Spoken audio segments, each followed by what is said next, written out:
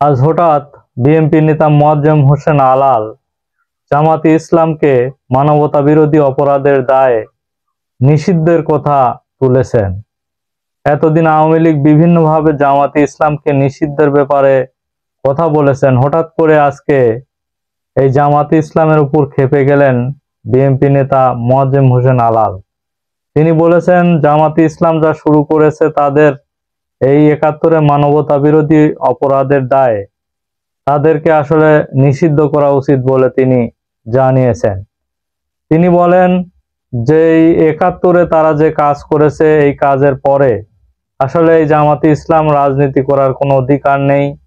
হঠাৎ করে তিনি এই ধরনের নিষিদ্ধের মতো একটি কথা তুলেছেন। তিনি আরো বলেন যে তৎকালীন সময়ে এই জামাতে ইসলাম বিভিন্নভাবে তারা জাসদ এবং আওয়ামী লীগের সঙ্গে তারা মিলেমিশে ছিল, তাদের কোনো রকম সক্রিয় ছিল না এই আওয়ামী লীগ সরকারের বিরুদ্ধে।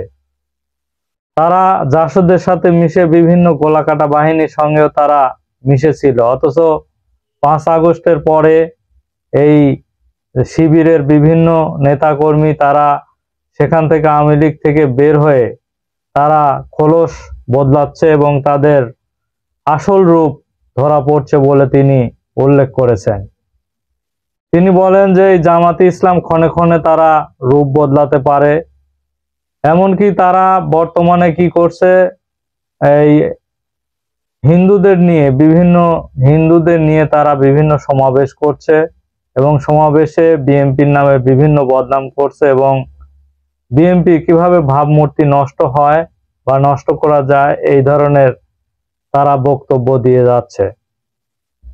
এবং বিএনপি, তিনি বলেন যে বিএনপি কিন্তু এই জামাতে ইসলামের বিরুদ্ধে বিভিন্ন যে তাদের অপপ্রচার বা বক্তব্য কিন্তু দিচ্ছে না, কারণ বিএনপি একটি অর্জুন গাছের মতো।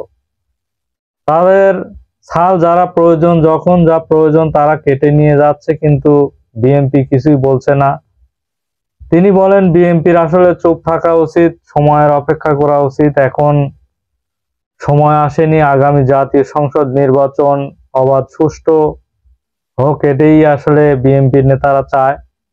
এবং এই নির্বাচনের পরে যে এই বিভিন্ন বক্তব্য বা জামাতে ইসলাম তাদের ক্ষমতায় যাওয়ার জন্য যে ক্ষণে ক্ষণে বিভিন্নভাবে রূপ বদলাচ্ছে, এই রূপ বদলাতে থাক, কিন্তু তাদেরকে আসলে তিনি তীব্র ক্ষোভ প্রকাশ করেই বলেন যে জামাতে ইসলাম যে ৭১-এ মানবতা বিরোধী অপরাধ করেছে এই দায়ে আসলে জামাতে ইসলামকে নিষিদ্ধ করা উচিত।